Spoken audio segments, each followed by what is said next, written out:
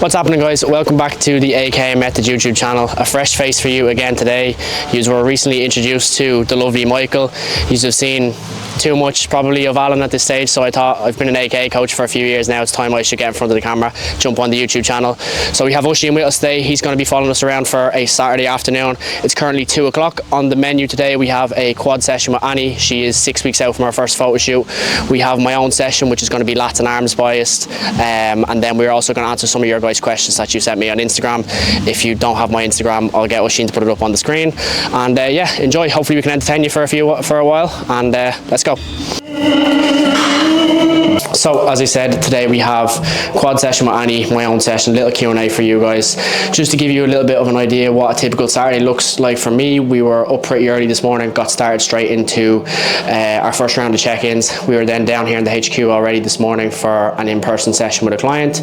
Back home, cap off check-ins. We had a consultation call as well with someone looking to join up for coaching, get a bit of food in, and then we're down here for the HQ. So this is a typical Saturday really in my life. Is we're kind of in and out here a few times throughout the day, check-ins, a couple of calls, hopefully if everything is busy. So busy day as always, but wouldn't have it any other way. It's possibly the best noise known to mankind. It's my happy place.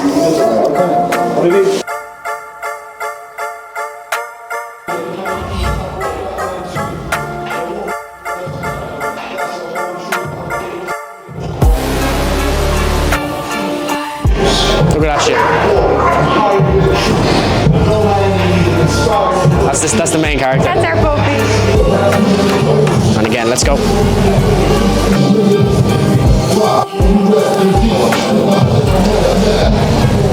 Good. Good, let's go. 2 more. Slow, full stretch. Drive now. Drive. And rest.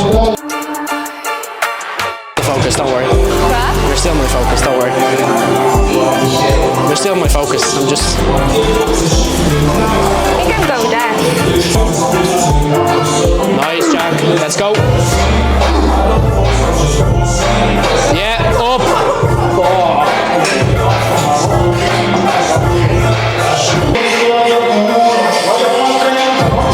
Close. 1 more. Slow. Let's go. Close. Rest. Okay, so first up for quads, we have 2 sets here on the pendulum, top set and a back off set. One thing you will note here with this particular exercise is that I'm getting Annie to have a 2-second pause in the hole at the bottom of the squat. Reason being is multiple.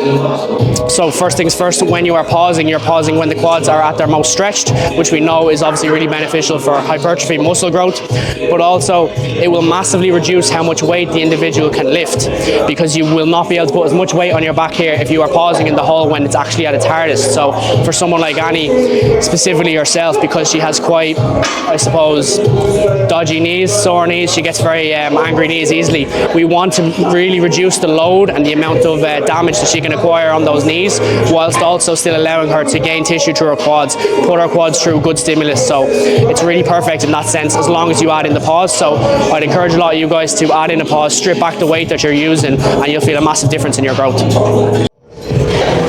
Just concentrate, 1 rep at a time, When you're ready, nice and relaxed.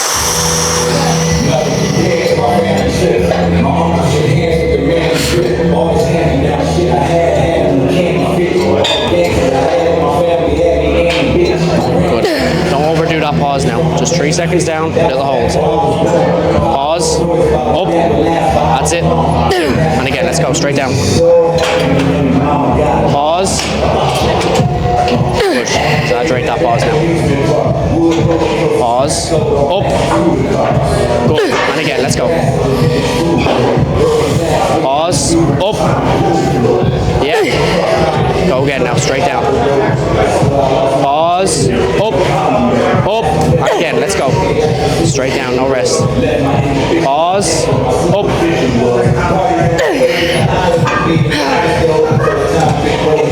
Hold, up, finish, and again, let's go.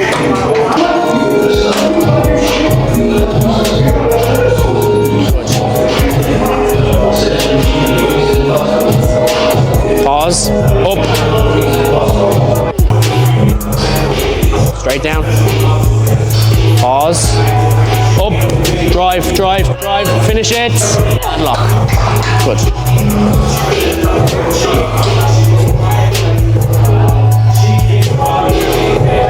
So quad bias Bulgarian split squat, you'll note first thing first, we have a wedge here. Now why do we have this? The reason is very simple. So you guys will see here, if I go down into my normal split squat without my heel elevated, there's a little bit but not a lot of range of motion going on through the knee, not a huge amount happening to the quad if your knee isn't getting much.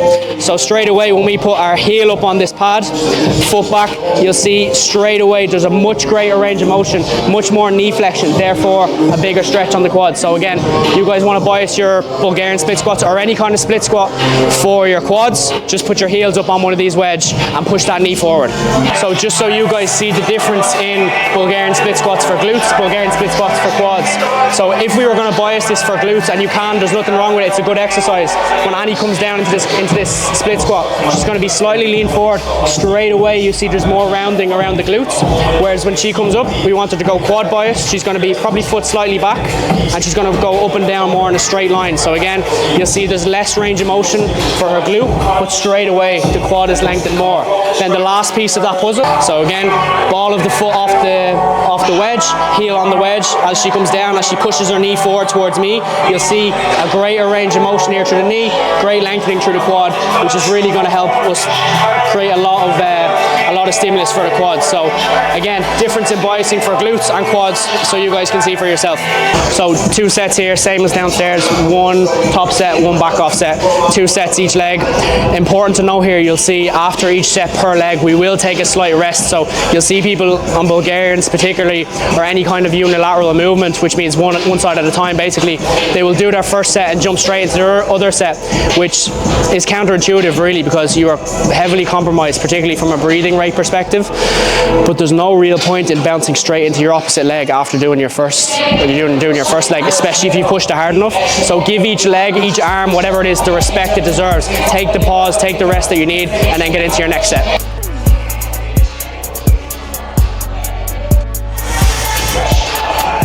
Yeah, up, and again, let's go. Big drive, no hesitation, up, yeah, 1 more, no hesitation, up, good, go again if you feel it, yeah, good, rest,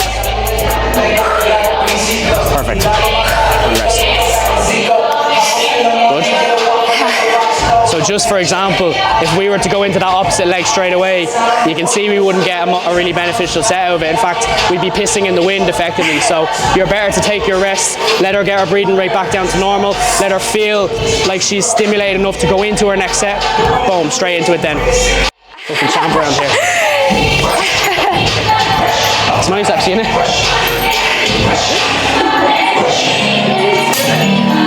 We need a bit more sway there. Just a little bit more. Yes, now we have it. How are you? Now we have it.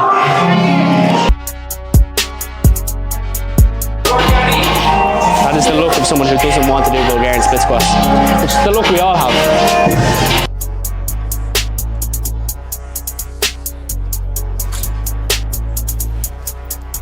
I said this fucking play that motherfucker!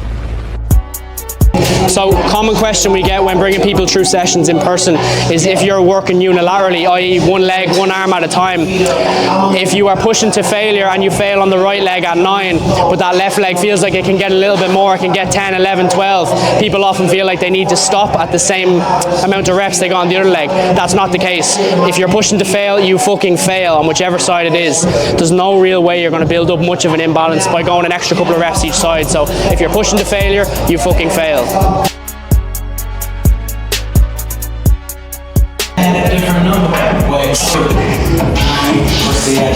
I love this. this job. Okay, so 2 sets lying leg press. One thing you'll know throughout the whole course of this this exercise particularly, and the other quad biased exercise we've had so far, is me repeating the word control, slow, control. Reason being that we have a 3-second eccentric, basically just meaning how long you spend on the way down for all of these. 3 or 4 second eccentric is number one, to again minimize the load that you're lifting. If you're going to just have 1 second on the way down to drop up and down as fast as you can, load you're lifting can go up, chance of injury goes up as well.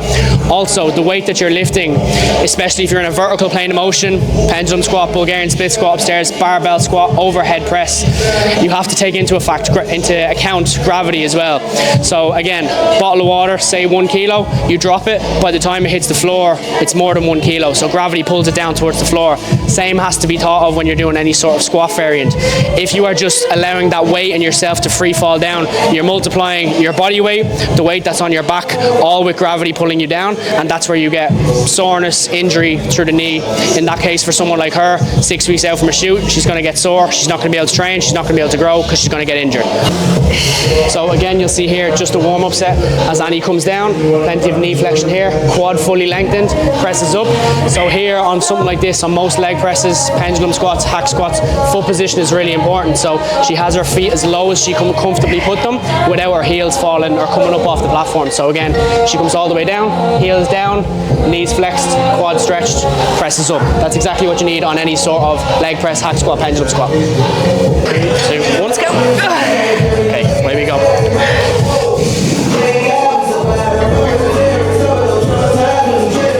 Good, deeper now. There's a little bit more there. Press, that's it. Let's go. Control. You guys will have seen as well, those of you who have watched this channel long enough, you'll have seen plenty of Alan and Eva training together. It's a complicated one. You'll see a video soon probably of Mike and Ellie training together.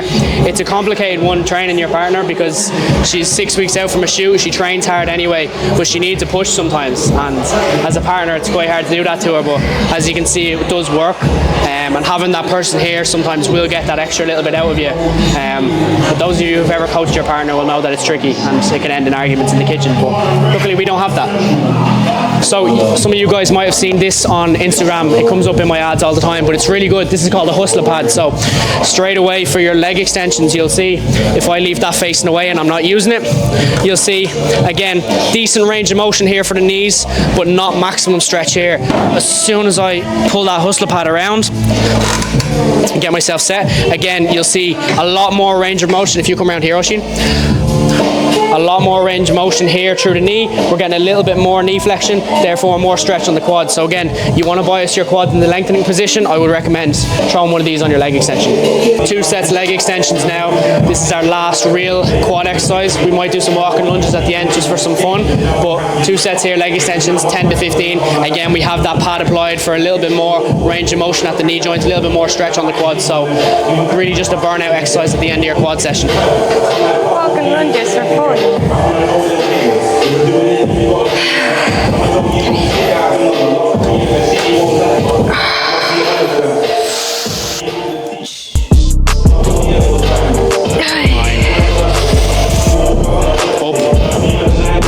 Again, big drive now. Drag yourself into the seat.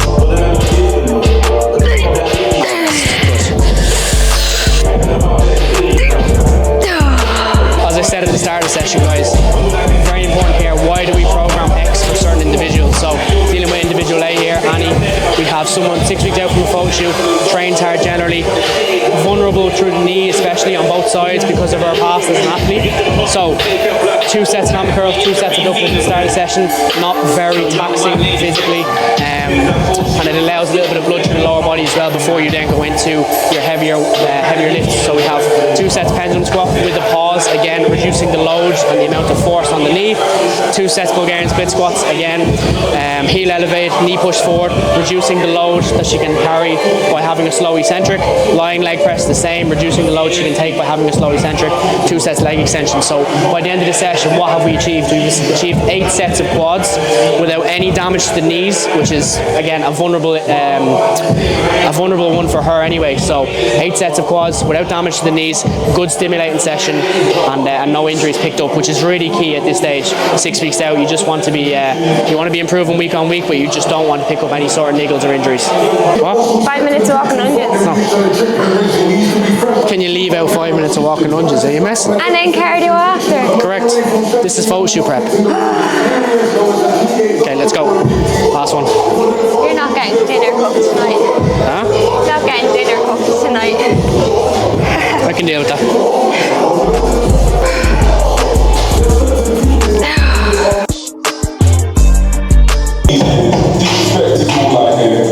When you're ready?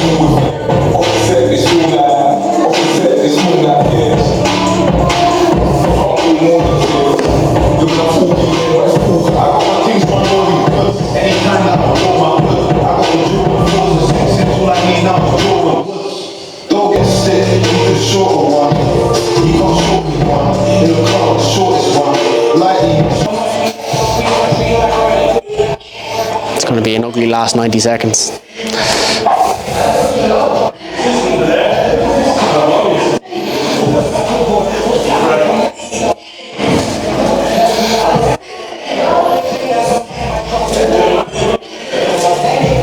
Breathe. You're nearly there. Minute. One more. Drop. And rest.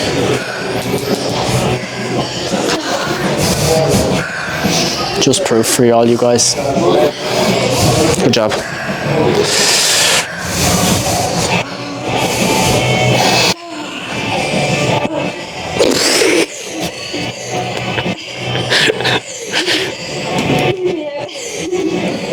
So a good one for any girls your age who aren't particularly into the gym, feel like they want to get into it, aren't confident enough, don't feel comfortable walking into a gym. What would you say about this environment, training in general, what it's done for you, what it could do for them, and even training over the last few years for your self-confidence?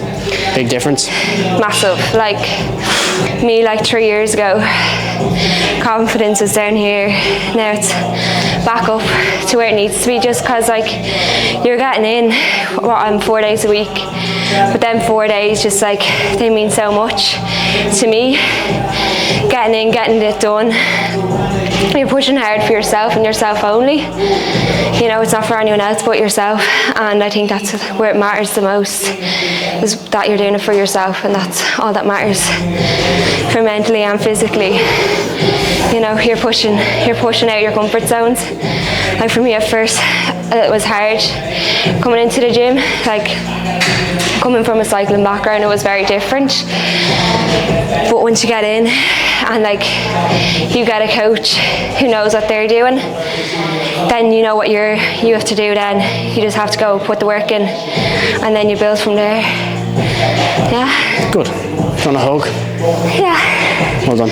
Thanks. Tired? Yes. Okay, so Annie's session finished. We're going to get a square bar and a pre-workout in. Probably not ideal pre-workout nutrition, but just the way my day is ran, I didn't get time to prepare anything else.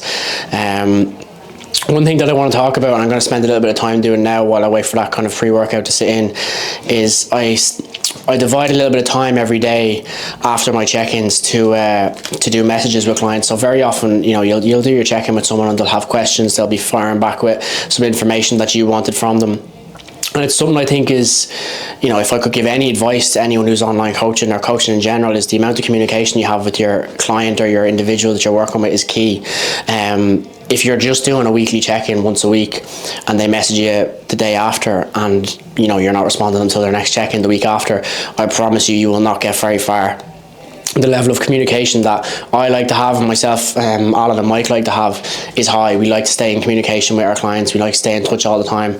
It just allows for, if there's ever an issue, someone's not bottling it up for a week and they're not holding it till their check-in. So communication is key here. So every time that I have check-ins, any day during the week that I have check-ins, I dedicate a little bit of time to go back through messages, go back through any questions that anyone has, and make sure that everyone's happy on the same day. So we're going to do that now, square bar, pre-workout, and then we are going to try and pull. Some of you guys sent me some questions on Instagram. I put a box up earlier in the week. Again, I'll get Oisin to put my Instagram on the screen right now if you don't follow me. So I'm going to go through some of these questions now, and one that came up twice, 3 times, kind of similar wording, I won't say who wrote the question, but is about characteristics that you see in someone that you think is going to succeed. So, and the other way around, characteristics you think you see in someone that isn't going to succeed. So one thing that I've noted over the last while with clients getting good transformations and successful results, etc., is really all about their attitude when they hit adversity. And it's the number one thing.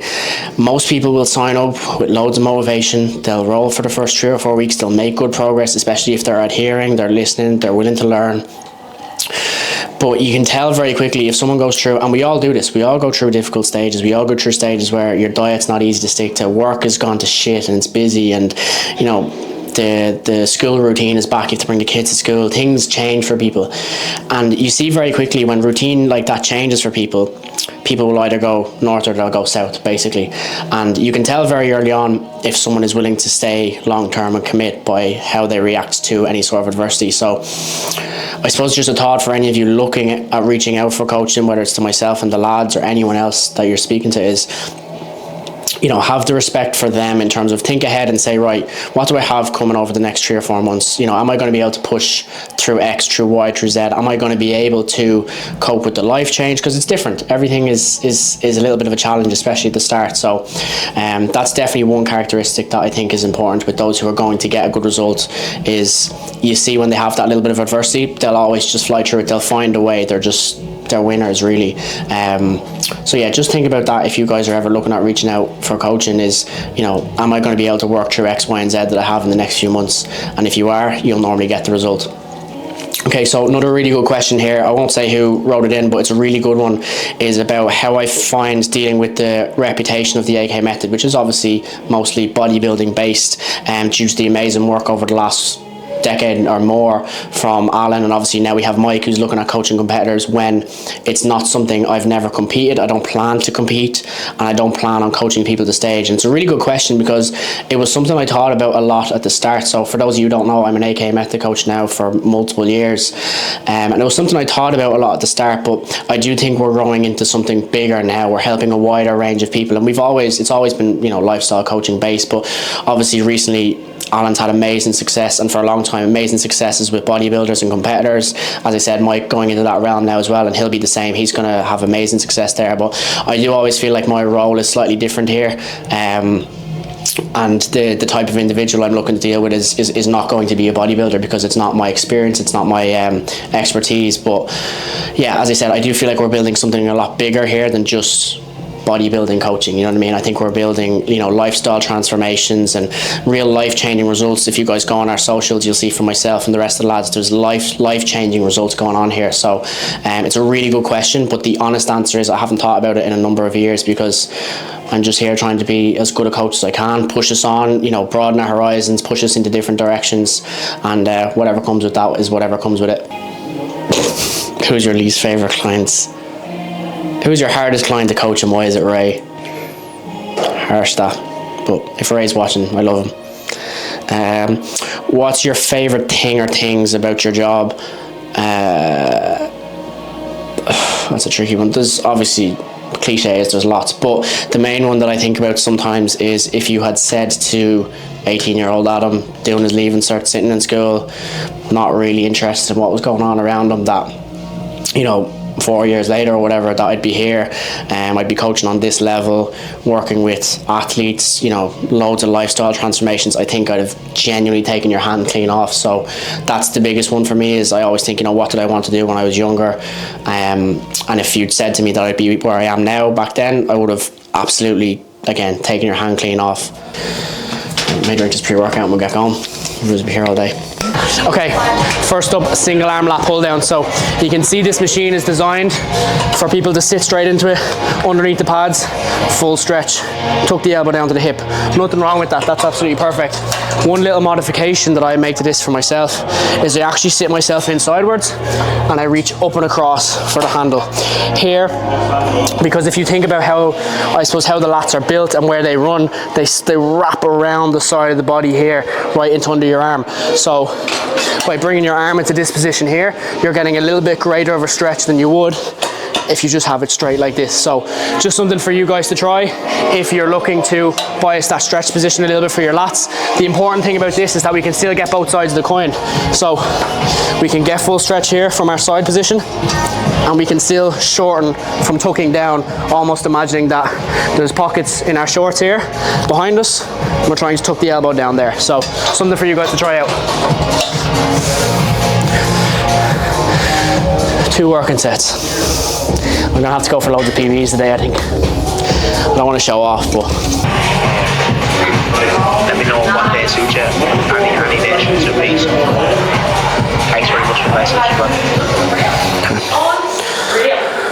If you want to, we can have a call on Monday evening, maybe, if it suits you.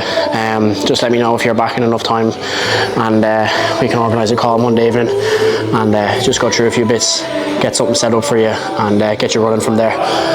Hope all is well. Hope you enjoyed your wedding. Right, now we lift weights.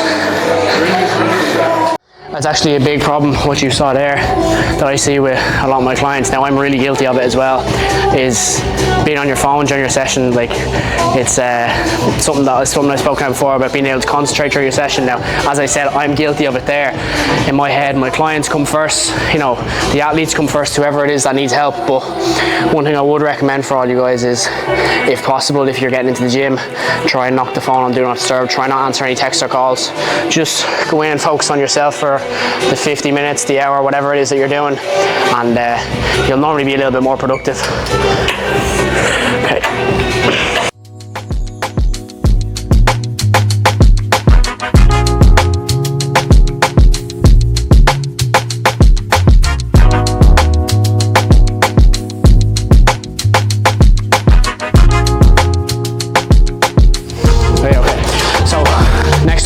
T-bar row, lat bias. So we have 2 sets here, 6 to 10, 10 to 15. My little bit of advice for most of you on this that I see way too often is people will just pick up this plate here and they'll wing their arms straight back, not actually thinking about how they're pulling the weight and where your elbow is landing.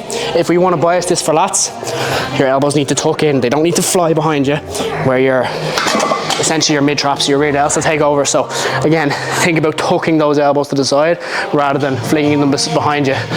So we'll do one more warm-up set here, and then we'll go for our working weight.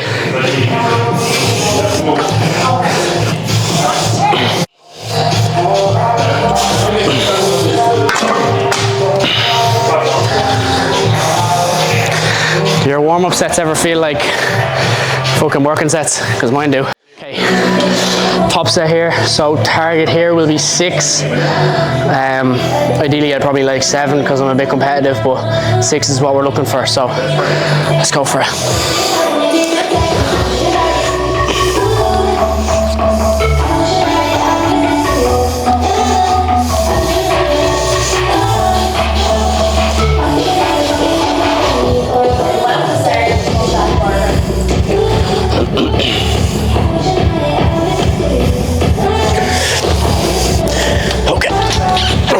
Okay, let's go.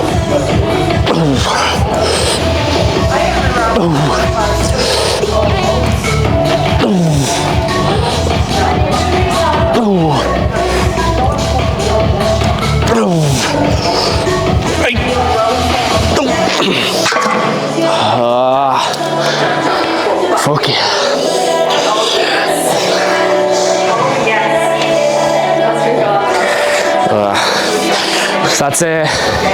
That's a typical example of not getting what you want and not progressing as fast as you want to, and as much as sometimes that may make you want to go home and give up training altogether.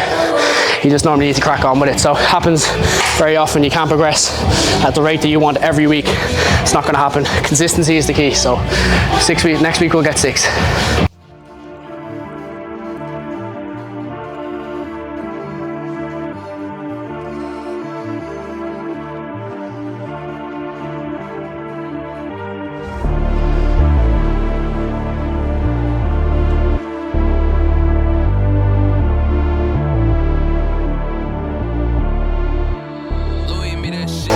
So I have one more set on this.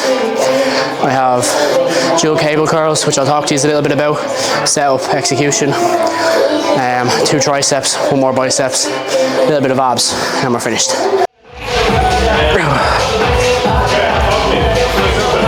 Okay, dual cable bicep curl, a staple in a lot of my programs that I give to people. Really, really good exercise. I'm just going to go through some of the most common flaws I see with it. So first one is positioning based. You'll see a lot of people start their exercise here in this position, which as you can see straight away, there's no tension here on my biceps. They're hanging completely loose.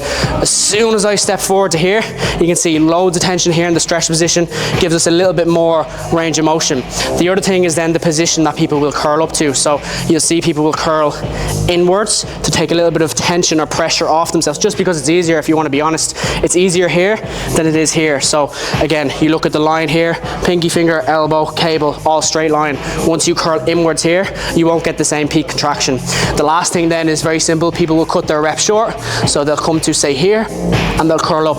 Not a huge amount wrong with it, but you're leaving a lot of food on the table by not coming to here. You see the massive amount of tension on the bicep there in the stretch position, which we know is really important for muscle growth hypertrophy. So again, very simple. Nice step forward, let it come all the way back. Ideally let your elbows straighten out and curl. My cue here is pinky fingers to ears and slowly back down. You'll see a difference if you use those cues.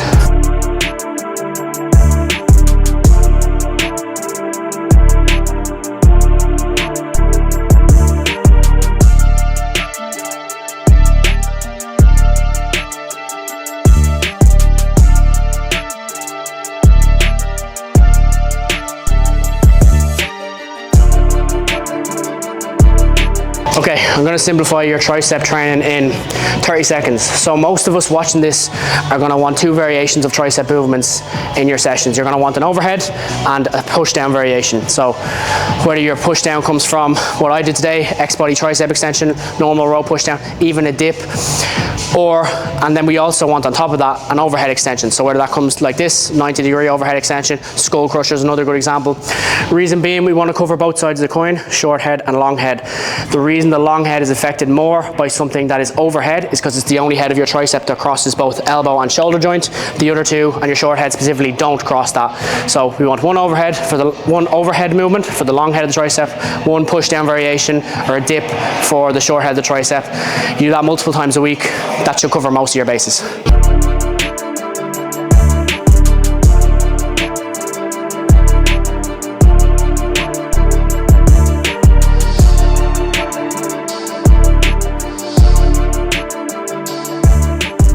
So I hope you guys enjoyed following me around for this Saturday afternoon. Just a quick recap for you on what I did today. Again, as I said, up nice and early. We got started with check-ins, pretty standard for a Saturday. Down here this morning then for some in-person coaching. Back home, round off check-ins. Today, obviously, as I said, we had a consultation call. We met Oisin down here. We got started into Annie's quad session, which was very productive today. Again, important that we get a good quad session for her. We push her hard without causing any sort of injury, any sort of damage. It's always a little bit of a concern with her. Then we answered some of your guys' questions. Hopefully it didn't waffle for too long. Hopefully it's not a podcast. And then we got into our own pull session, lats and arms biased. So again, I hope you guys enjoyed following along today. Hope you guys enjoyed and learned something from some of my tips. Maybe you didn't, maybe you did. But we'll be back on the YouTube again soon for sure. And yeah, thank you all for watching.